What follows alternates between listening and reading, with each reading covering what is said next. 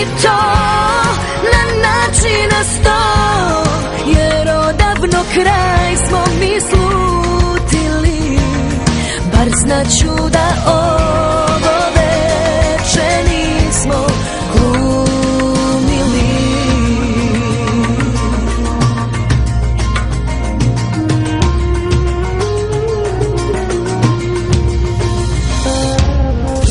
Ledeno doba u trenu dah mi uze, gluva je soba, gluvo sve vuku prave suze.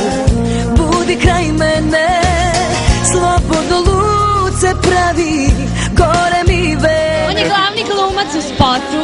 Ne, ti si glavna glumica. Ne, ja sam glavni glumac, ona je glavna glumica. Pustit ćemo ti još jedan spot da bi video. Moram, obavezno.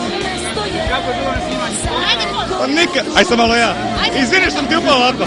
Super je bilo, ne, mi smo prvenstveno prijatelji dobri.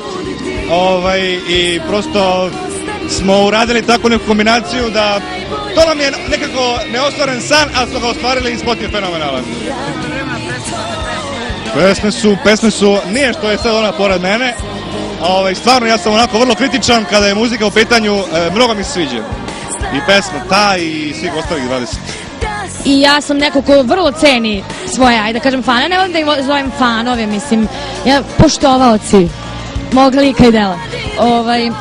Ja sam stvarno zahvalna i pozvala sam neke od njih i došli su čak iz Subotice i Šapca, Beograda naravno.